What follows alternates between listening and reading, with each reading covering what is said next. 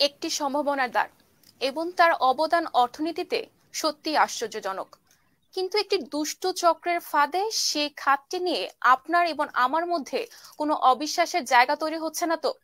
সুপ্রিয় দর্শক, কথা বলছি ই কমার্স নিয়ে। আজকে আমরা যে বিষয়টি নিয়ে কথা বলছি সেই বিষয়টি হচ্ছে ই কমার্স, সম্ভাবনার দ্বার ও ফাঁদ। সঙ্গে রয়েছে আমি সঞ্জিদা শম্পা। আর এই বিষয় নিয়ে কথা বলতে আমাদের সাথে সরাসরি যুক্ত হয়েছেন সাইকা শাহরিন, উদ্যোক্তা। আরো রয়েছেন কাকলি তালুকদার, স্বত্বাধিকারী কাকলি স্যাটেয়ার। আপনাদের দুইজনকে স্বাগত আজকের এই আয়োজনে। অনেক ধন্যবাদ আপু। জি আসসালামু আলাইকুম।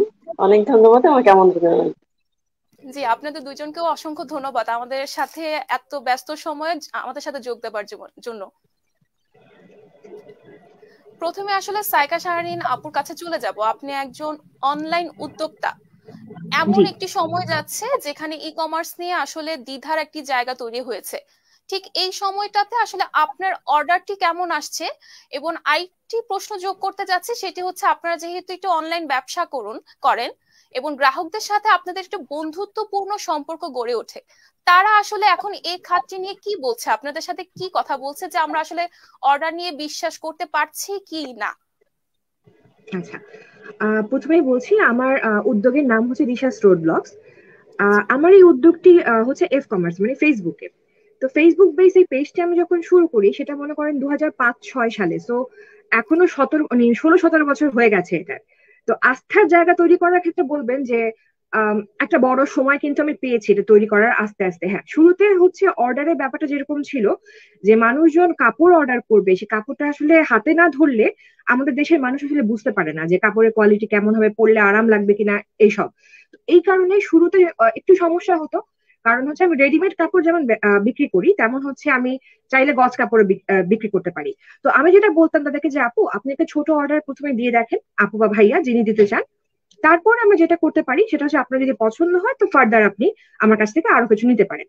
এখন আস্থার জায়গা যদি বলেন তাহলে সেটা আস্তে আস্তে তৈরি করতে হয় নিজের প্রোডাক্টের কোয়ালিটি দিয়ে। সেটা আসলে আপনার কোনো ইজি ওয়ে নাই আমার কাছে যেটা মনে হয়।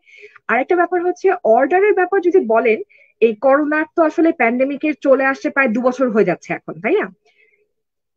এই মুহূর্তে আমাদের হাতে যে অর্ডার আছে 2 বছর আগে অবশ্যই তার চেয়ে অনেক বেশি ছিল। এখন কিন্তু অর্ডারটা অনেকখানি কমেছে, তবে আশা করা যাচ্ছে যেহেতু school college university even office এখন খুলে যাচ্ছে, আস্তে আস্তে আমরা আবার অর্ডারের আগের সেই আহ মানে যেভাবে জোয়ারের মতো অর্ডার আসতো সেটা এখন আর আসে না। আমরা আশা করছি যে আমাদের সেই ই কমার্সের জোয়ারটা আবার আসবে। কারণ যত কিছুই বলেন না কেন আপু, একটা ব্যাপার আছে যেটাকে আমরা বলি হচ্ছে ইকোনমিক্স ভাষায় অপরচুনিটি কস্ট। মানে আপনি একদম। বাসায় বসে আপনার নিজের মাপে একটা তৈরি পোশাক পেয়ে যাচ্ছেন আপনার পছন্দ মতো কাপড়ে এবং পছন্দের ডিজাইনে। এই জিনিসটা কিন্তু একটা অনেক বড় ব্যাপার। যদি আপনি সেখানে কোয়ালিটিটা যোগ করতে পারেন যে আপনি এই কাপড়টা কয়েকবার পরতে পারছেন, ধুতে পারছেন, মানুষকে দেখাতে পারছেন, মানুষ আপনাকে আপনার উদ্যোগ নিয়ে আপনার কাজ নিয়ে প্রশংসা করছে, তখন কিন্তু আপনার নিজের থেকে একটা এই তৈরি হবে যে হ্যাঁ ই কমার্সে আরেকটু আমি হয়তোবা আমি আজকে আপনি আমার থেকে নিয়েছেন, কালকে আপনি কাকুর থেকে নেবেন। কারণ আমি আপনাকে যে বিশ্বাসযোগ্যতাটা দিব সেটা কিন্তু আরেকজনের ব্যবসার জন্য ভালো।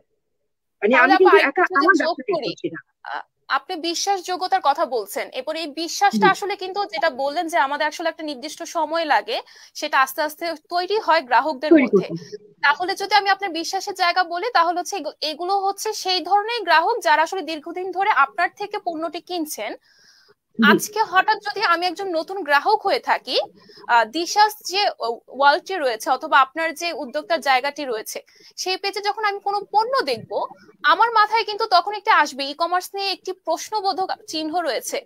তখন কিন্তু আমি ভাববো, এই ভাবনাটি আসলে পেয়েছেন কিনা আপনারা এই মুহূর্তে? আমি আসলে এই জিনিসটা আসলে বেশি করে জানতে চাচ্ছিলাম। এটা তো অবশ্যই পেয়েছি আপু।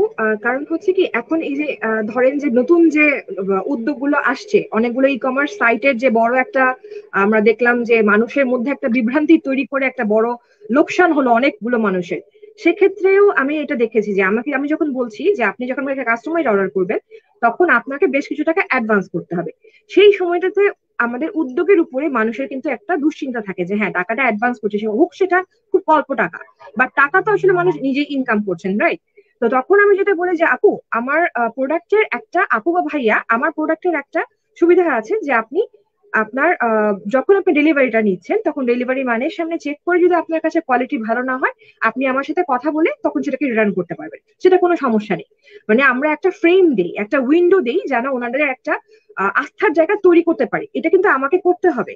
আদারওয়াইজ যেটা হচ্ছে যে, হ্যাঁ যদি কাস্টমাইজ অর্ডার হয় সেক্ষেত্রে আমি তাকে কাপড় দেখিয়ে নিব, যতখানি ভাবে সম্ভব আমি তার আস্থা অর্জন করার চেষ্টা করব আমার পক্ষ থেকে। আবার আপু, আবার একটা জিনিস যদি বলেন তাহলে কিন্তু আরেকটা ব্যাপারও আছে, অনেক সময় অনেক কাস্টমারও থাকেন যারা হচ্ছে বড় একটা অর্ডার দিয়ে পরে কিন্তু তাকে আর রিচ করা যায় না।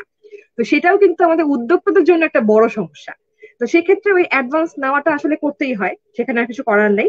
আর উদ্যোগের ক্ষেত্রে সেটা হচ্ছে আমরা বলতে পারি যে আপু, আপনি যখন, আপু বা ভাই, আপনি যখন রিসিভ করবেন প্রোডাক্টটা, আপনি আপনার পছন্দ মতো চেক করে নেবেন, ডেলিভারি মানের সময় চেক করে তখন যদি পছন্দ না হয় আপনি আমার সাথে কথা বলেন, কি সমস্যা হয়েছে আমি যদি সলভ করতে পারি করে দিব।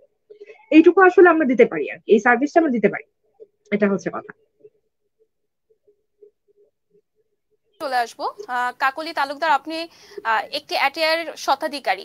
আপনার কাছে জানতে চাচ্ছি, একটি পণ্য বিক্রি করার জন্য আসলে গ্রাহক আকর্ষণটা খুব জরুরি, আমরা সকলেই জানি। কিন্তু গ্রাহক আকর্ষণটা কি আসলে আপনাদের ব্যবসা পণ্য বিক্রি করার মূল কারণ হয়ে দাঁড়িয়েছে কিনা, যদি একটু বলতেন। ধন্যবাদ আপু। উম, সেটা খুব ভালো প্রশ্ন। আমি বলবো যে গ্রাহককে আকর্ষণ করি আমরা মূলত আমাদের পণ্যের ছবি দিয়ে, আসলে পণ্য দিয়ে না। আমরা মূলত পণ্যের ছবিটা হচ্ছে সেল করি। তো এখানে গ্রাহক আকর্ষণের ব্যাপারে সাথে সাথে আরেকটা জিনিস মাথায় রাখতে হবে, আমার গ্রাহককে আকৃষ্ট করতে গিয়ে আমার পণ্যটাকে যেন এমন ভাবে উপস্থাপন না করি যখন গ্রাহকের এক্সপেকটেশনের সাথে রিয়েলিটি কোনো মিসম্যাচ হয়ে যাবে, এই জিনিসটা যেন ক্রিয়েট না হয়। এই জিনিসটা মাথায় রাখতে হবে। তখন হচ্ছে কিন্তু আমার ফটোগ্রাফিটা ভালো করতে হবে অবশ্যই। এই যে আমি একটা পণ্য নিয়ে আসলাম বা আমি একটা পণ্য মেক করলাম, আমি বিছানার উপর রেখে একটা ছবি তুলে আপ করে দিলাম, বিষয়টা যেন এমন না হয়। ফটোগ্রাফিটার মধ্যে একটা আর্ট থাকতে হবে এবং প্রফেশনালিজম থাকতে হবে। যখন আপনার প্রফেশনালিজম মেনটেন হবে এবং পণ্যের আহ আমরা তো জানি যে ডিভাইসের কারণে ছবি হয়তো কালার একটু 19-20 হয়, এবং এই জিনিসটা আপনার কাস্টমারকে জানাতে হবে যে হ্যাঁ, ডিভাইসের কারণে 19-20 হতে পারে, কিন্তু কখনো এটা 18-20 হবে না। তখন যদি আপনার কাস্টমার আগ্রহী হয়, আকৃষ্ট হয়, দেন ইটস ওকে। আর যদি মনে হয় যে না, আমার কোনো কারণে আমার ডিভাইসে যে ছবিটা আসছে, গ্রাহকের ডিভাইসে সেই ছবিটা আসে নাই, এবং গ্রাহকের সন্তুষ্টি, এখানে সন্তুষ্টি আমি পাচ্ছি না, তখন আমরা কোনো আর্গুমেন্টে যেন না যাই। হ্যাঁ, আমরা এরকম ধরেই নিব যে 5% গ্রাহক আমাদের পণ্য দেশ সন্তুষ্টি অর্জন, তাদের সন্তুষ্টি অর্জন করতে পারবো না। কিন্তু আমরা ধরে নিয়ে এখানে আমরা কোনো আর্গুমেন্টে যাব না, আমরা বলবো যে ঠিক আছে, প্রোডাক্টটা রিটার্ন দিয়ে দেন, আমি টাকা ব্যাক করছি। আপনি যদি একবার এরকম করেন বা আমি যদি একবার এমন করি আমার কোন কাস্টমারের সাথে, সে কিন্তু আমার উদ্যোগের প্রতি তার নেগেটিভিটিটা যদি থাকে 80%, সেখানে 20% নেমে আসবে। কারণ কি, আমি আমার কমিটমেন্ট ঠিক রেখেছি, এবং যেহেতু তিনি সন্তুষ্ট নয়, আমি এটা ওনার টাকাটা আমি ব্যাক করেছি, আমার প্রোডাক্ট আমি রিটার্ন নিয়েছি। নেক্সট টাইম যদি উনি কোনো পণ্যের জন্য কোনো উদ্যোক্তাকে খুঁজেন, একবার হলে আমার উদ্যোগের কথা ওনার মাথায় আসবে, আচ্ছা প্রথমবার আমি স্যাটিসফাইড না, আমি সেকেন্ড টাইম ট্রাই করে দেখি। এবং সেখানে আরো হয়তো উনি ভিডিও যেতে পারেন, বা কোনো রিয়েল কোনো ফিচার যেতে পারেন যে এই কালারটার সাথে এটা ম্যাচ হয় কিনা বা কতটা ডিফারেন্স হতে পারে। তখন আমাদের আরো ফ্লেক্সিবল হতে হবে। তো গ্রাহক আকৃষ্টর ব্যাপারে আমি এটাই বলবো যে আপনার প্রোডাক্টের কোয়ালিটি, হ্যাঁ ফটোগ্রাফি তো অবশ্যই ব্যাপার আছে, কিন্তু প্রোডাক্টের কোয়ালিটির ব্যাপারে কখনোই আপোষহীন হওয়া উচিত না। প্লাস প্রোডাক্টটা ডেলিভারি দেওয়ার পরে আমার দায়িত্ব শেষ হয়ে যাবে না, সে তিনি পেলেন, স্যাটিসফাইড হলেন, ইটস ওকে। বাট আমার দায়িত্ব এটা যে আমার সার্ভিস নিয়ে তিনি কতটা স্যাটিসফাইড, এবং ওনার পরামর্শ আমার অবশ্যই কাম্য হবে। যে যে সার্ভিসটা আমি দিয়েছি সেখানে শুধু আমার নিজের ব্যক্তিগত ইনভলভমেন্ট নাই, সেখানে কুরিয়ার এজেন্সির একটা ইনভলভমেন্ট আছে, সেখানে তার কোনো কমপ্লেন আছে কিনা সেটা আমাকে জানতে হবে, এবং আমার বেটার সার্ভিসের জন্য আমি কি করতে পারি তার পরামর্শ আমাকে জানতে হবে। এবং হ্যাঁ, আমি যে পণ্যটা দিয়েছি সেটা ইউজের ক্ষেত্রে তিনি কিভাবে ইউজ করলে, কিভাবে যত্ন নিলে জিনিসটা দীর্ঘস্থায়ী হবে, ভালো থাকবে, সে ব্যাপারে আমি পরামর্শ দিতে পারি, টিপস দিতে পারি। যেটা আমার অনলাইন হোক বা অফলাইন, আমি কোনো পেপারে লিখে প্রিন্ট করে সেটা আমি প্রোডাক্টের সাথে দিয়ে দিতে পারি। এটাতে কিন্তু উনি এক্সট্রা, আমার প্রোডাক্টে এক্সট্রা ভ্যালু অ্যাড হবে, প্লাস এক্সট্রা সার্ভিসও উনি পাবেন, একটা আস্থার জায়গা তৈরি হবে। তো আমি মনে করি যে কাস্টমারকে আকৃষ্ট করার জন্য না, আপনার উপর একটা ট্রাস্ট তৈরির জন্য একটা পেজের এই যে আপু যেটা সাইকা আপু যেটা বলেছেন যে আমার কাছ থেকে পণ্য নিয়ে যদি উনি স্যাটিসফাইড হন, নেক্সট টাইম অনলাইনে কেনাকাটার উপর ওনার আস্থা রাখতে চলে আসবে। শুধু আমি না, আরো 10 জন বিক্রেতা উপকৃত হবে। ওভারঅল ই কমার্স ইন্ডাস্ট্রিতে এটা পজিটিভ এফেক্ট করবে। এই জিনিসটা আমাদের সবারই মাথায় রাখতে হবে। ধন্যবাদ। জি, আসলে পজিটিভ ইফেক্টটা আসলে খুবই জরুরি এবং ক্রেতার আস্থা অর্জনটাও জরুরি।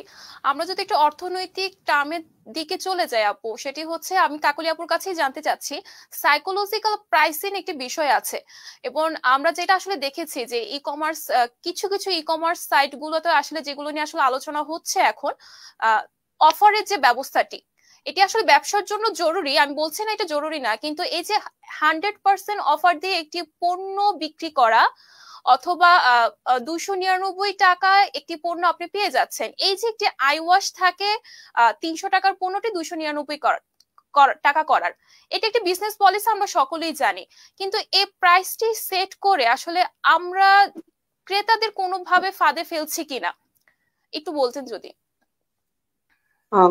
ধন্যবাদ আপু। খুব সময় উপযোগী একটা প্রশ্ন। আমি বলবো যে এক্ষেত্রে আমাদের সবার বিজনেস কিন্তু যার যার একটা বিজনেস পলিসি মেনটেন করতে হয়। এখানে আমি বলবো 50% 50-50 একটা বিষয় আছে। 50% হয় সেলার, আমরা যারা সেলার আছি তাদেরকে দায়িত্ব নিতে হবে কাস্টমারকে এডুকেটেড করার, যে আমার পণ্যটা আমি কেন ডিসকাউন্টে দিতে পারছি না, আমি কেন 50% ডিসকাউন্টে কেন দিতে পারছি না, সেটা আমার ক্রেতাদেরকে আমাকে জানাতে হবে যে হ্যাঁ আমার একটা মিনিমাম বাইং প্রাইস আছে, ক্যারিং চার্জ আছে, আমার স্টক করার জন্য একটা স্পেসের দরকার হয়, আমার উদ্যোগের ট্রেড লাইসেন্স আছে বা আমি ব্যাট দিই, আমার ওভারঅল সবকিছু ব্যাপারে আমাকে কাস্টমারকে অবগত করতে হবে। সবকিছু মেনটেন করে আমার একটা প্রোডাক্টের একটা মিনিমাম প্রাইস রেঞ্জ আছে, এর নিচে আমি দিতে পারছি না। আমি যদি আমার কাস্টমারকে এডুকেটেড করি যে হ্যাঁ এই সেম প্রোডাক্টটা যদি আমি অন্য একটা পেজে আমি কিনতে যাই, সেখানে আমি কেন এত কমে পাচ্ছি, আপনার এখানে কেন এত বেশি প্রাইস, আমার এখানে কেন এত বেশি প্রাইস, সেটা আমাকে ক্লিয়ার করতে হবে, কাস্টমারকে জানাতে হবে, আমাকে প্রচার করতে হবে। আমাদের প্রথম দায়িত্বটা আমাদের নিতে হবে।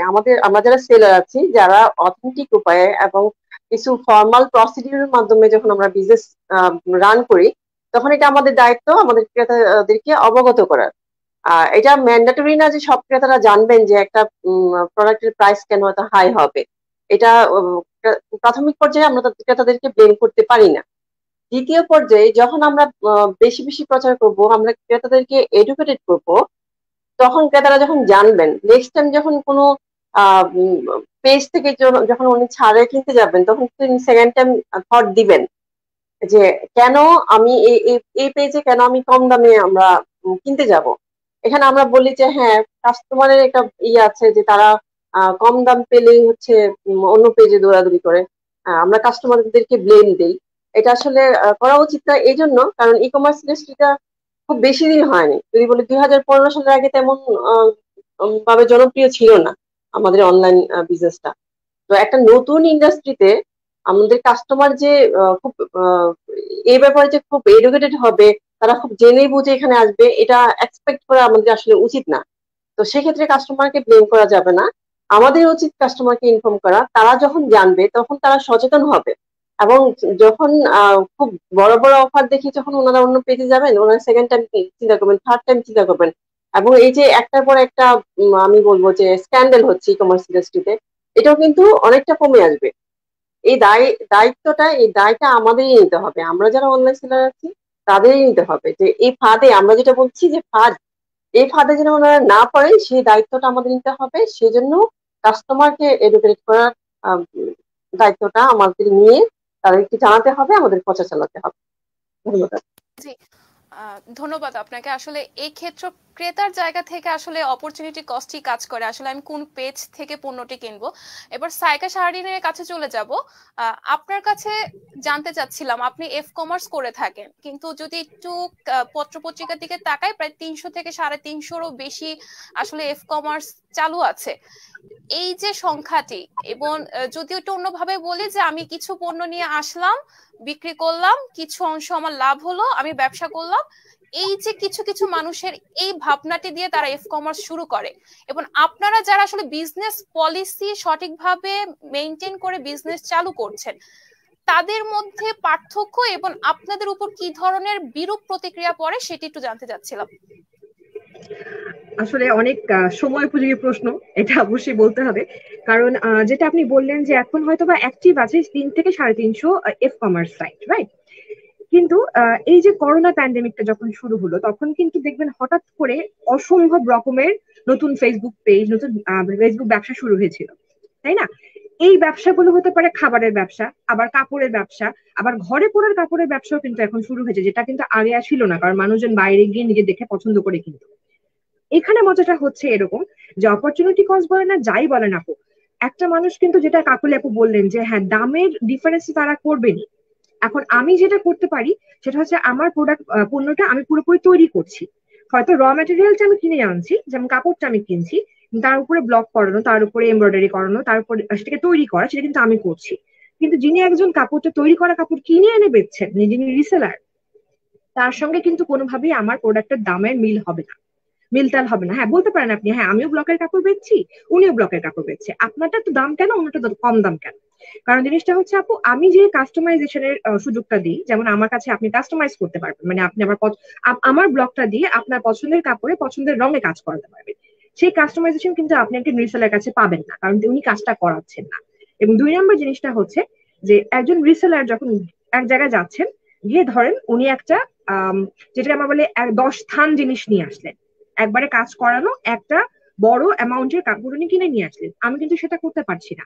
কারণ আমাকে প্রতিটা কাজ নিজেকে দাঁড়িয়ে থেকে করাতে হচ্ছে হয়তোবা, অথবা আমি কি একটা লিমিটেড অংশে কাজ করছি, কারণ আমাকে দেখতে হবে যে ইকোনমিক স্কেলে গেলেও আমার ব্যবসাটা অবশ্যই বাড়বে, কারণ আমার খরচ তখন কমে আসছে, কিন্তু আমি তো কাস্টমাইজ কাজ করছি, তো আমার কিন্তু পণ্যের দাম ওভাবে বেড়ে যাচ্ছে। কারণ আমি যখন পাইকারি কিনবো তখন আমার দাম কমছে, যখন আমি খুচরা কিনছি তখন আমার দাম বাড়ছে।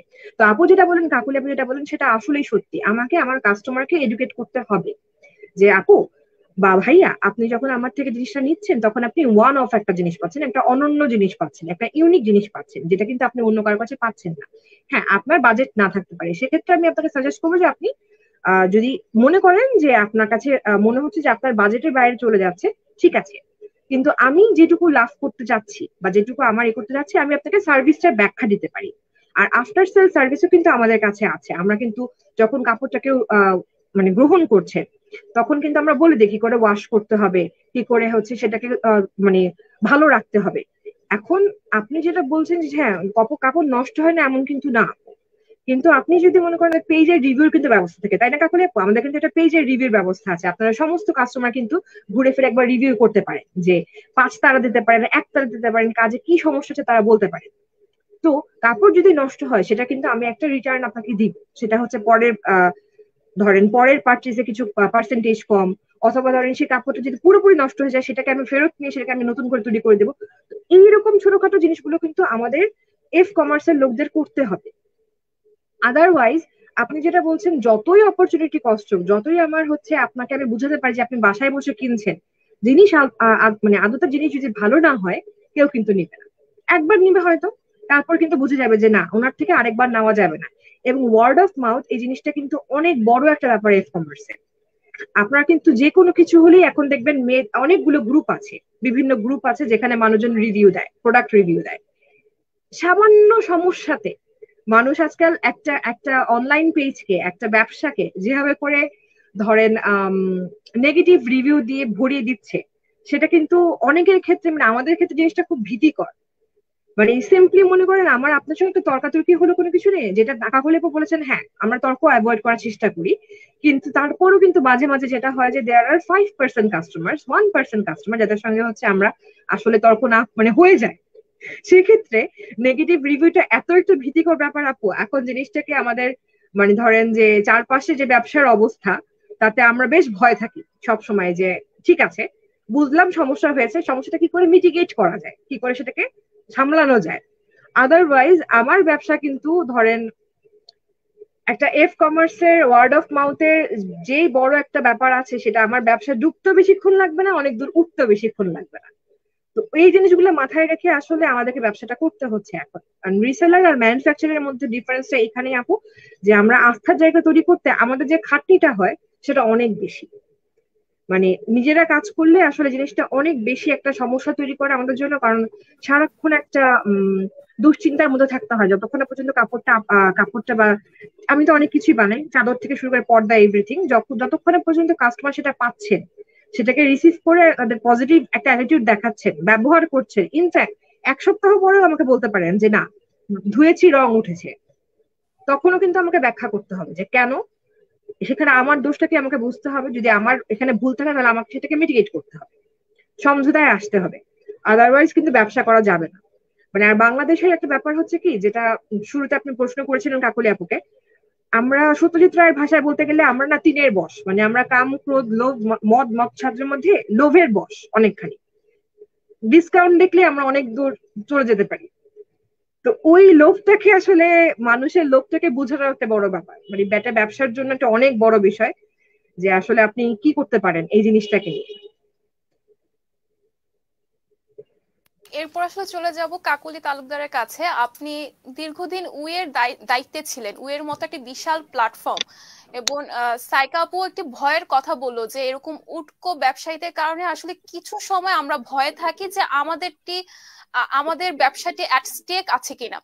তো আপনার কাছে জানতে চাচ্ছিলাম এই যে ই কমার্সের প্ল্যাটফর্ম গুলো, এই যে দুষ্ট চক্রের ফাঁদ, এর দায়টি আসলে কার? আপনি তো দীর্ঘদিন এত বড় একটি প্ল্যাটফর্মে দায়িত্বে ছিলেন এবং নিজস্ব একটি প্ল্যাটফর্মও আছে আপনার, কাকলি অ্যাটায়ার্স। তাহলে এর দায়টি কার? আসলে এত কিছু হচ্ছে, এর দায়টি আসলে কার? ধন্যবাদ আপু। আসলে আমি ওয়েব প্ল্যাটফর্মে যুক্ত হয়েছিলাম ইকেবের ফাউন্ডার প্রেসিডেন্ট রাজীব আহমেদ স্যারকে দেখে। স্যার গ্রুপটা মেনটেন করতেন, তো স্যারের কাছে শেখার কারণে ছিলাম এবং একটা একটা পর্যায়ে একটা দায়িত্বে ছিলাম। এবং আমার দায়িত্বে থাকাকালীন আমি যেটা দেখেছি যে ওই গ্রুপে যত সেলারের কমপ্লেন আসুক, কাস্টমারের কমপ্লেন আসুক, স্যার যেটা করতেন একজনকে দায়িত্ব দিতেন, দিয়ে সেলার বায়ার দুজনকে সহ ওই তিনজনের একটা গ্রুপ চ্যাট করে দিতেন, যে সেলারের ওখানে তিনজনই অ্যাটেন্ড থাকবে, যে দুই পক্ষের কথা শোনা হবে, শুনে তারপর হচ্ছে সিদ্ধান্ত নেওয়া হবে। যদি সেলার কোনো কারণে ফল্ট হয়ে থাকে তাহলে সেলার টাকাটা ব্যাক করবে কাস্টমারকে। এবং সেলার যদি, আমি এমনও দেখেছি যে সেলার যদি পে করতে ব্যর্থ হতো তাহলে স্যার বলতেন যে আমাদের নিজেদের মধ্যে কেউ এই টাকাটা ব্যাক করে দিতেন, এই দায়িত্ব নিয়ে কাস্টমার বেসডই ছিল এটা, যে কাস্টমারকে কখনোই খেপানো যাবে না, কাস্টমার হচ্ছে ফার্স্ট প্রায়োরিটি থাকবে। আমি কিন্তু ওখান থেকে শিখেছি এটা, যে হ্যাঁ কাস্টমারকে ফার্স্ট প্রায়োরিটি দেখে দিয়ে যে কোনো প্রবলেমের সলিউশন হবে, মাঝে মধ্যে লস দিতে হবে, কাস্টমার স্যাটিসফ্যাকশনের জন্য মাঝে মধ্যে লস দিতে হবে, এবং এটা মেনেই কাজ করতে হবে আমাদের। তো ওই সময়টা দেখেছি একদম ওখানে কমপ্লেন একদম 0% ছিল।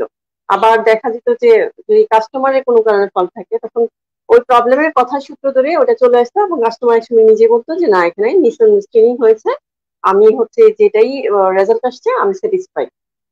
একদম এটা একেবারে নির্মূল করে তারপরে ওই গ্রুপ চ্যাট ইন হতো।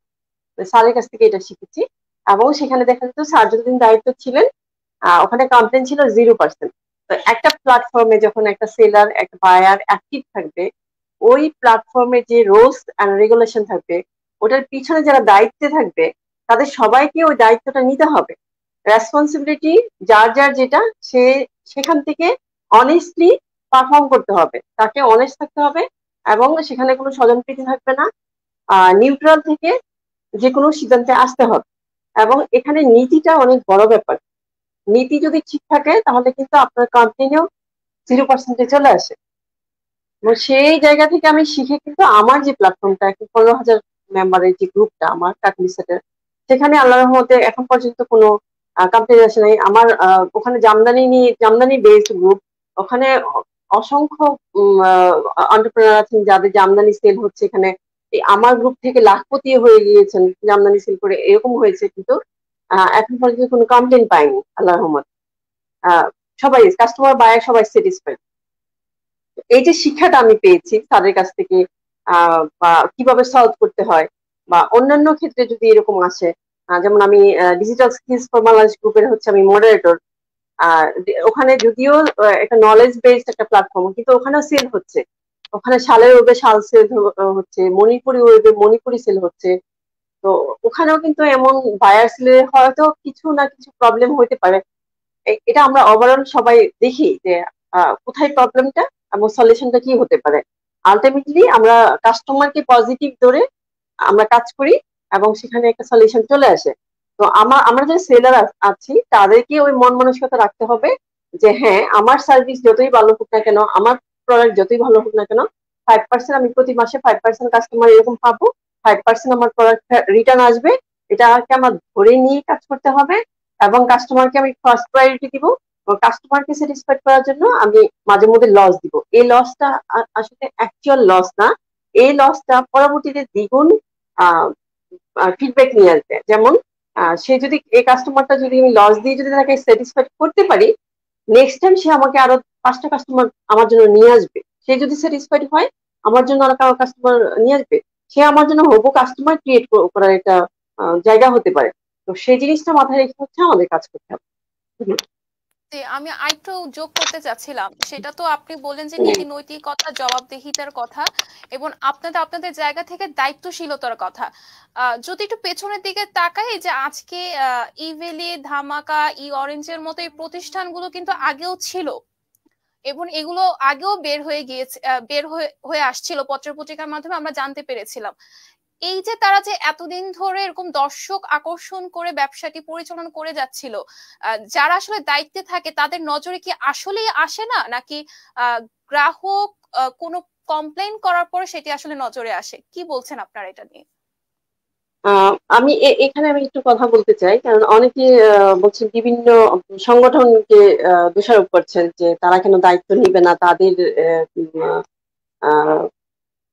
মেম্বার ইভিলি বা ইউরেন যে প্ল্যাটফর্ম গুলো হচ্ছে স্ক্যান্ডেল হচ্ছে, তারা যে প্ল্যাটফর্মের মেম্বার তাদেরকে দোষারোপ করা হচ্ছে। আমি এখানে একটু আমার এখানে একটু অবজেকশন আছে এই জন্য যে হ্যাঁ, সাপোজ আমাকে যেমন আমি নিজে বলি যে আমি হচ্ছে রাজীব আহমেদ স্যারের হচ্ছে ছাত্রী, আমি ওনার কাছ থেকে শিখছি।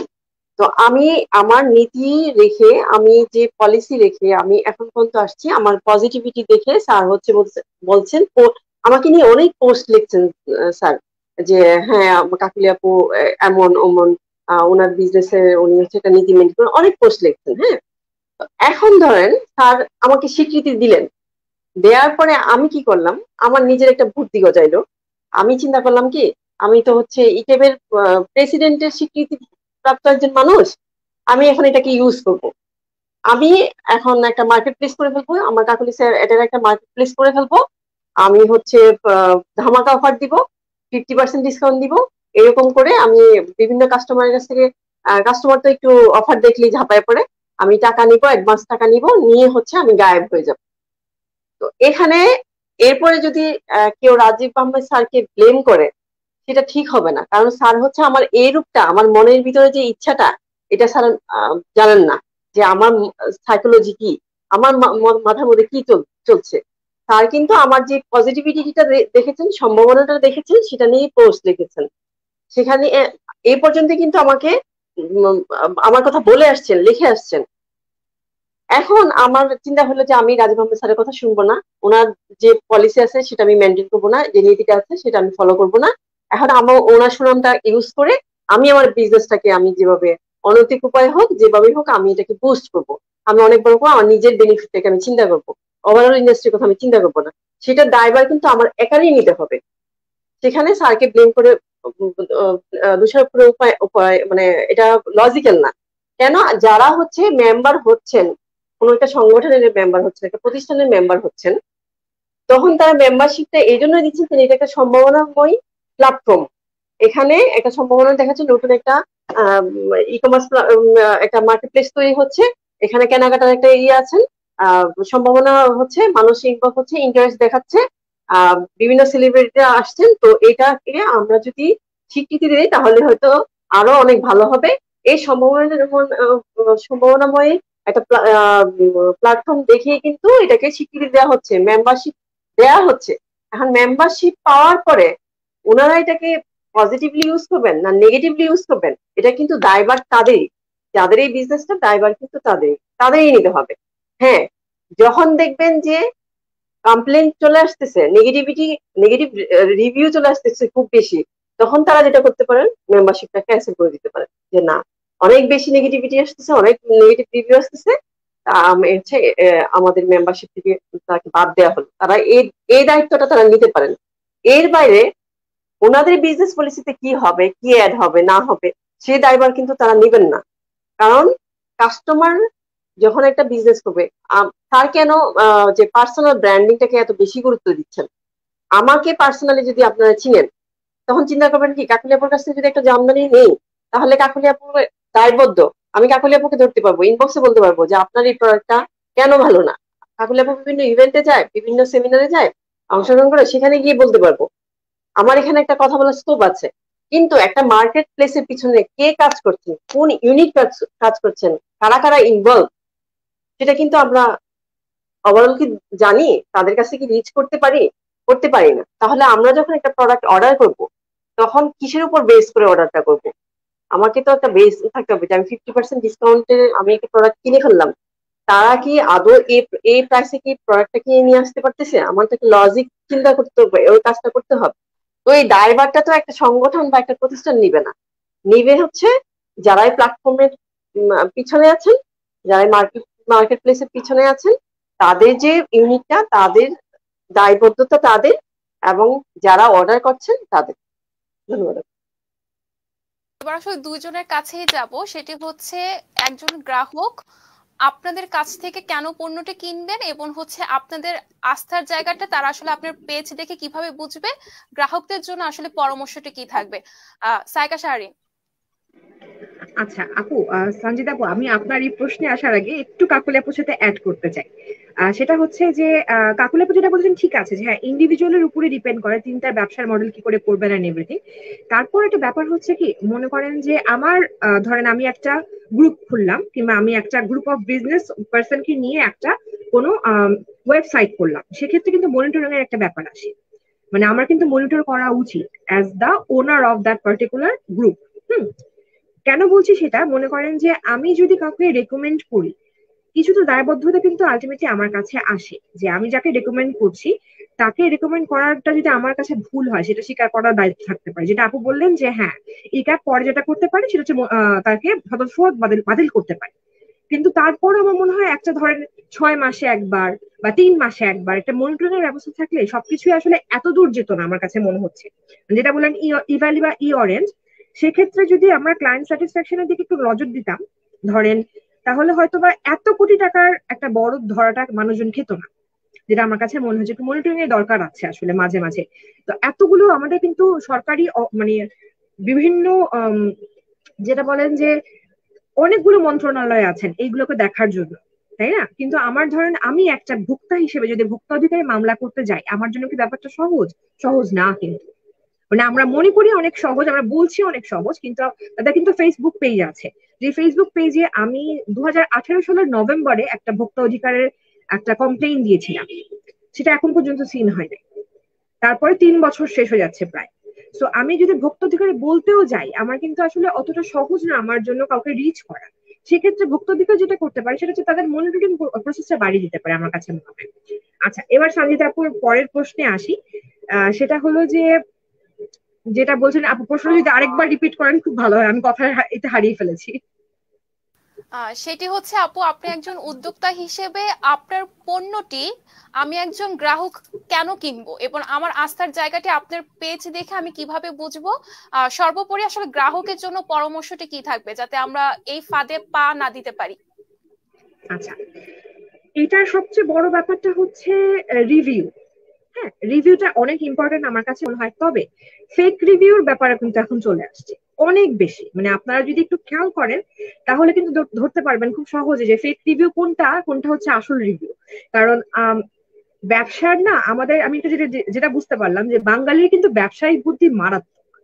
মানে আপনি যত কিছু বলেন না কেন, আমাদের কিন্তু প্রচুর ব্যবসায়িক বুদ্ধি আছে। কিরকম, আমার কাছেও আমার কাছেও ইভেন মানুষজনের মানে অনেক ব্যবসায়িক গ্রুপ থেকে প্রস্তাব এসেছে যে আমি যদি 1000 টাকা দিই, উনি আমাকে 1000 লাইক দিবেন আমার পেজে। সেই 1,000 লাইক কিন্তু নর্মাল প্রোফাইলের না, ওগুলো ফেক প্রোফাইলের। আমি যদি 5,000 টাকা দিই তাহলে আমি কিন্তু 50টা রিভিউ পাবো। ফেসবুক পেজে কিন্তু একটা ব্যাপার আছে, যদি আমি পেজের ব্যবসাটা করি সেটা ব্যাপারটা হচ্ছে ইনাফ রেকমেন্ডেশন না থাকলে আপনার কিন্তু রেটিং আসবে না।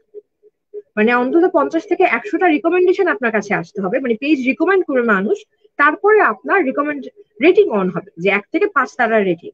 সো এগুলোও কিন্তু ব্যবসা আছে। তো আপনাকে রিভিউ, যেটা বলে এডুকেটেড কাস্টমার হতে হবে, যে আপনি রিভিউটা দেখেন, আপনি আরেকটা মানুষেরই দেখেন। আর আমরা হচ্ছে প্রত্যেকেই যখন কাস্টমার জিনিসটা পায় তখন আমরা বলি যে আপনি যদি সেটাকে পড়েন, কিংবা সেটাকে যদি পর্দা হলে পর্দা লাগান, আপনি যদি চান আপনি আপনার ঘরের ছবিটা, আপনি আপনার ছবিটা আমাদের সঙ্গে শেয়ার করতে পারেন। সেটাও কিন্তু কাস্টমারদের জন্য একটা আস্থার জায়গা, যে হ্যাঁ আমি কিন্তু মডেলের ছবি দিচ্ছি না শুধু, আমি আমার কাস্টমারের ছবি দিচ্ছি, উনি যে খুশি হচ্ছেন প্রোডাক্টটা পরে, কেউ কিন্তু খুশি না হলে ছবি শেয়ার করবেন না। মানে আপনি যদি কোনো জিনিস পেয়ে পছন্দ না করেন, ফেসবুক কিন্তু একটা মানুষের পার্সোনাল জায়গা, সে কিন্তু কখনোই তার ছবি, তার রিভিউ দিবেন না যদি সে সেটাকে নিজে থেকে পছন্দ না করে আসে। সো আমার কাস্টমারকে, আমি নতুন কাস্টমারকে দেখাতে পারি এরকম করে যে হ্যাঁ আপনি আমার রিভিউ গুলো দেখুন, আপনার কাছে যদি অথেন্টিক মনে হয় আপনি আমার কাছে আসেন। অথবা যেটা হচ্ছে, যদি সম্ভাবনা থাকে যে আপনার কোনো ফিজিক্যাল শপে আপনার পণ্য রাখার সম্ভাবনা আছে, তাহলে সেটা করতে পারেন। একটা এফ কমার্স বা ই কমার্স ব্যবসায়ীর জন্য এটা একটা অনেক বড় ব্যাপার, যদি কোনো ফিজিক্যাল শপে আপনি কোনো পণ্য রাখতে পারেন। কারণ এখনো মানুষ অনেকেই পণ্যটা ধরে কিনতে চায়, হাতে ধরে জিনিসটা বুঝে কিনতে চায়। কারণ আমাদের আস্থার জায়গাটা এই যে ই কমার্স সাইট গুলো নষ্ট করছে, সেটার বড় একটা অংশ আমাদের উপরেও রিপারকাশনটা পড়ছে। তো এখন যদি সম্ভব হয় আমার পক্ষে, তাহলে আমি আসলে একটা ফিজিক্যাল শপে রাখার চেষ্টা করব। কারণ তাহলে হচ্ছে আমার পক্ষে বলা সম্ভব হবে যে আপু, আপনি যদি সরাসরি কাস্টমাইজ অর্ডার নাও করতে চান, কিছু প্রোডাক্ট রাখা আছে এই শপে, আপনি গিয়ে একটু দেখে নিতে পারেন, দেখে নিজে কিনতে পারেন। আপনার পছন্দ হলে আপনি কাস্টমাইজ অর্ডার করলেন। কাকুলি আপু অ্যাড করতে পারেন আমার সাথে, মনে হয় আরো ভালো হবে তাহলে। কাকলি তালুকদার, খুব কাকলি চমৎকার আপুর কাছে বলেছেন চলে যাও। আপু। হ্যাঁ, আচ্ছা, আমি এই প্রশ্ন উত্তর দেওয়ার আগে একটু যে আপুর আগের কথা রেজ ধরে বলি। আমি কিন্তু প্রথমে বলে নিয়েছি যে আমি যে উইয়ের যে প্ল্যাটফর্মের কথা, সেখানে হচ্ছে যিনি কমপ্লেন করেছেন তিনি, এবং যার বিরুদ্ধে কমপ্লেন তিনি, এবং আমাদের ফোরাম থেকে একজন ব্যক্তি, তিনজন মিলে কিন্তু প্রবলেমটার সলিউশনটা হচ্ছে। এবং সেটাই যে ই কমার্স সাইট নিয়ে প্রবলেম, যেখানকার সদস্য, তাদের এই দায়িত্বটা নিতে হবে, তখন হচ্ছে এটা 0% কাস্টমারের এটা 0% চলে আসবে, এবং যদি এটা ফেক হয় সে হচ্ছে হারিয়ে যাবে এক সময়। এটা আমি কিন্তু প্রথম অংশে আমি বলে নিয়েছি। তো যারা ফ্রড অ্যাক্টিভিটিসে জড়িত এবং যে প্ল্যাটফর্মের আন্ডারে, তারা সবারই হচ্ছে এই যে এমন নয়, যে সলিউশনটা যেটা আমি বলেছি যে তিনজনের পার্টিসিপেন্টের হচ্ছে এই প্রবলেমের সলিউশনটা যদি হয়ে আসে, যত বেশি হবে তত বেশি কমপ্লেন কমে আসবে। এবং এটা হবে, এটা তখনই সম্ভব যারা দায়িত্বে আছেন তারা যদি নীতির সাথে চলেন এবং ওই নীতি অনুযায়ী কাজ করে যান, তাদের দায়িত্বটা যদি সঠিকভাবে পালন করেন। এটা কিন্তু ফার্স্ট পার্ট। পরবর্তীতে আসে হচ্ছে যারা এরপরেও যদি তারা কোনো ফ্রড অ্যাক্টিভিটিসে জড়িত থাকে, তখন দায়ভার শুধু তাদেরই। যদি তাদের এই অ্যাক্টিভিটিস এর আগে যদি যে প্ল্যাটফর্মের আন্ডারে তারা যদি কোনো অ্যাকশন না নেয় কমপ্লেন পাওয়ার পরেও, তখন অবশ্যই দায়ভার তাদের নিতে হবে। কিন্তু যদি কমপ্লেন পাওয়ার পরে কোনো অ্যাকশন না নেন, তখন তো এটা বলবো যে ফোরাম হোক বা প্রতিষ্ঠান হোক, সংগঠনই হোক, এটা হচ্ছে তাদের ভিতরে ইন্টারনাল যে একটা চেইন বা কোন সার্কেল থাকে, আর সিস্টেম থাকে, ওই সিস্টেমের প্রবলেম। আচ্ছা, এই ওই পার্টটা গেল। এখন আমি বলি যে আপনি যেটা বলেছেন যে হ্যাঁ, কিভাবে কাস্টমার কিভাবে বুঝতে পারবে। আপু যেটা বলেছেন আমি সম্পূর্ণ একমত যে হ্যাঁ, রিভিউ অপশন আছে আমাদের পেজের, রিভিউ হ্যাঁ দেওয়া যায়, এবং ফেক রিভিউ দেওয়া যায়। তারপরে হচ্ছে আমি বলবো যে হ্যাঁ, লাইক কমেন্ট পোস্ট করা যায়। তবে আমি খুব প্রাউডলি বলি যে হ্যাঁ, আমার গ্রুপে 28,000 লাইক আছে, এবং পুরাই অর্গানিক ওয়েতে, কোনো বুস্ট না করে, কোনো মার্কেটিং পলিসিতে ইনভলভ না হয়ে অর্গানিক ওয়েতে 28,000 প্লাস লাইক আছে আমার পেজে। আমার গ্রুপে 15,000 প্লাস মেম্বার আছে। তো অর্গানিক ওয়েতে এটা কেন সম্ভব হয়েছে? কারণ হচ্ছে আমি পার্সোনাল ব্র্যান্ডিংটাকে গুরুত্ব দিয়েছি। আমরা কাস্টমার যারা, আমি একজন সেলার, কিন্তু আমি শাড়ি সেল করি, কিন্তু খাবার কিনি, গহনা কিনি, অন্যান্য যে যে প্রোডাক্ট দরকার হয় সেগুলো আমি অনলাইনেই কিনি। কারণ আমরা এত ব্যস্ত হয়ে গিয়েছি যে একটা শপিং মলে যাওয়া মানে হচ্ছে একটা দিন নষ্ট, ওই সময়টা আমাদের নেই। তো আমরা কিন্তু যত দিন যাচ্ছি ই কমার্সের উপর নির্ভরশীল হয়ে যাচ্ছি। তো আমাদের নিজেদের স্বার্থে আমাদের যেটা করতে হবে, আমাদের জানতে হবে যে আমি যে পেজটাই অর্ডার প্লেস করছি সেই পেজের পিছনে কে আছেন, এই জিনিসটা জানতে হবে। আর এই যে যত দিন যাচ্ছে কাস্টমার কিন্তু এই জিনিসটার প্রতি আগ্রহী হচ্ছে জানার জন্য যে এই পেজটার ওনার কে, এই পেজটা কে পরিচালনা করছে। আমার পেজে যখন একজন কাস্টমার নক দেন, ম্যাক্সিমাম ক্ষেত্রে যেটা হয় যে আমি কি কাকুলি আপুর সাথে কথা বলছি, এই প্রশ্নটা আসে অর্ডারটা কনফার্ম করার আগে। এটা আসে যে আমি কি কোনো মডারেটর বা কোনো অ্যাডমিনের সাথে কথা বলছি না কাকুলি আপুর সাথে কথা বলছি। যখন আমি বলি যে না আমি কাকুলি আপু, তখন উনি সেকেন্ড কোনো কথা বলেন না, উনি বলেন যে আপু পেমেন্ট প্রসিডিউর বলেন, আমি অ্যাডভান্স করে তারপর আমি প্রোডাক্ট নিব। এই যে আস্থাটা, এই আস্থাটা তৈরি করতে আমার 2 বছর লেগেছে। কেন? আমি এখন আমরা গ্রুপগুলোতে কি দেখি, পেজগুলোতে কি দেখি, দেখি যে আইদার লাইভ হচ্ছে অথবা সেল পোস্ট হচ্ছে। এটা হচ্ছে অমুক শাড়ি, এটার প্রাইস, এটা ম্যাটেরিয়াল, এই প্রাইস এত, নিতে হলে ইনবক্স করুন, ডেলিভারি চার্জ এত এত। এই বিষয়গুলো ছাড়া কিন্তু আমরা কোনো ইনফরমেশন পাচ্ছি না। তো যখন দেখবেন যে একটা পেজে বারবার একই জিনিস আসছে, তখন কিন্তু কাস্টমারের মধ্যে একটা সন্দেহ তৈরি হয়। ফেসবুকও অটোমেটিকলি এটা রিচ কমিয়ে দেয়। আপনি একটা বা 30 দিন দিয়ে দেখেন, দেখবেন যে রিচ অনেক কমে গিয়েছে। কিন্তু যখন আপনি একটা পোস্ট লিখবেন যেটা কাস্টমারের জন্য ইনফরমেটিভ হবে, একটু সার্ভিস রিলেটেড পোস্ট হবে, যদিও প্রোডাক্টের পোস্ট, কিন্তু পোস্টের ধরনটা হবে সার্ভিস রিলেটেড। যে হ্যাঁ আমার জামদানি শাড়ি এটা হচ্ছে এমন জামদানি, এটা তৈরি হয়েছে এরকম, এটার জন্য যত্ন করতে হবে এভাবে, বা এই শাড়িটার সাথে আপনি এমন গহনা দিয়ে পড়তে পারেন, এটা হচ্ছে রাতের প্রোগ্রামের জন্য যদি আপনি এই সাজটা দেন আপনার জন্য ভালো হবে।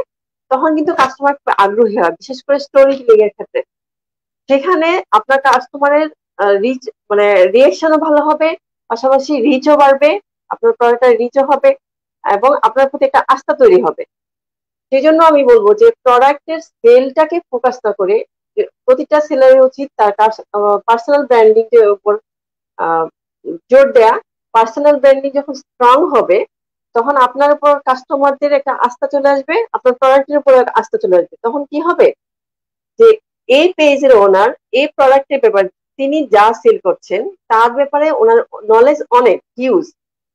এবং আমরা আরেকটা জিনিস দেখি যে আমার পেজে যখন অন্য একজন কাস্টমার নক দেন যিনি আমার কাস্টমার না, কিন্তু এই প্রোডাক্ট উনি ইউজ করেছেন এবং কোনো সমস্যার সম্মুখীন হয়েছেন, তখন যদি বলেন যে আমার এইটা প্রবলেমটা অ্যারাইজ হচ্ছে, আমি কি করতে পারি। এখানে যদি আমি বলি যে প্রোডাক্টটা তো আমার কাছ থেকে নেন নেই, তাহলে আমি কেন আপনাকে সলিউশন দিব, বিষয়টা এক ধরনের হয়ে যাচ্ছে। আবার যদি বলেন যে না এই প্রোডাক্টটা এমন হয়েছে, আপনি যদি এভাবে ইউজ করেন তাহলে মনে হয় এটা ভালো থাকবে, বা নেক্সট টাইম এইভাবে করার চেষ্টা করবেন, তখন এটা প্রবলেমটা সলভ হয়ে যাবে। বা শাড়িটা ফেসে গেছে, আপনি তাদের কাছে দেন, তিনি কাটা ওয়াশ করে দিবেন, শাড়ি ঠিক হয়ে যাবে। তখন কি হবে, উনি আমার কাস্টমার না, কিন্তু আমার কাছ থেকে উনি একটা সলিউশন পেয়েছেন, সার্ভিস পেয়েছেন। নেক্সট টাইম উনি আমার কাছে আসবেন, বলবেন যে না আপু যেহেতু ওনার পণ্য না, কিন্তু সলিউশনটা আমি ওনার কাছ থেকে পেয়েছি। যখন উনি ওনার পণ্য দিবেন, তখন অবশ্যই উনি দায়ভার নিবেন। উনি ওখানে যদি কোনো প্রবলেম অ্যারাইজ হয়, ওই সলিউশনটা ওনার কাছে আমি পাবো, একটা আস্থা তৈরি হবে। এইটা আমাদের সৃষ্টি করতে হবে। তখন কি উনি বিভিন্ন গ্রুপে নিশ্চয়ই পোস্ট দিবেন, রিভিউ দিবেন, বা বিভিন্ন গ্রুপে না দেখ, উনি ওনার পার্সোনাল প্রোফাইলে হলো একটা পোস্ট দিবেন, কৃতজ্ঞতা স্বীকার করবেন যে আমি পেজ থেকে পেয়েছি। এটাকে আমরা রিভিউ হিসাবে ইউজ করতে পারি। আরেকটা বিষয় আমি অ্যাড করবো সাইকা আপুর সাথে, আমরা শুধু পেজের উপর নির্ভরশীল না, আজকাল আমরা ব্লগ সাইট গুলোর উপর নির্ভরশীল হয়ে যাচ্ছি। আমরা যখন একটা ব্লগ সাইট মেনটেন করব, ওখানে কিন্তু আমরা পেজে যেরকম একটা ফর্মাল ওয়েতে পোস্ট করি, ওখানে ওই ফর্মালিটিসটা কম থাকে। আমি আমার ব্লগ সাইটটাকে আমার নিজের মতো করে ইউজ করতে পারবো। সেখানে আমি আমার কাস্টমারদের নিয়ে লিখতে পারি, তার পারমিশন নিয়ে আমি তাকে নিয়ে লিখতে পারি, তার একটা ছবি ইউজ করতে পারি, তার প্রোফাইল লিঙ্কটা আমি ইউজ করতে পারি। জি, কাকলি তালুকদার, যা বোঝা গেল আপনার কথার মাধ্যমে, সর্বোপরি আসলে আমার নৈতিকতার জায়গাটি ঠিক রেখে কিভাবে আসলে গ্রাহকের আস্থাটি অর্জন করা যায়, তাহলে আসলে গ্রাহকরা আমাদের দেশীয় পণ্যগুলো কিনবে এবং আমাদের অর্থনৈতিক অবস্থার আসলে উন্নতি হবে। আপনাকে অসংখ্য ধন্যবাদ সাইকা শাহরিন, আপনাকেও ধন্যবাদ আজকের এই আয়োজনে আমাদের সাথে যুক্ত হবার জন্য।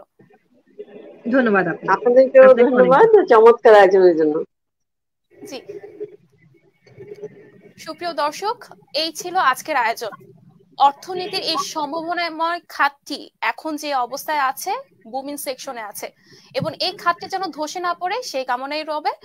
আপনাদের সকলকে আবারও অন্য একটি পর্বের জন্য স্বাগত জানিয়ে শেষ করছি আজকের আয়োজন। ধন্যবাদ সকলকে।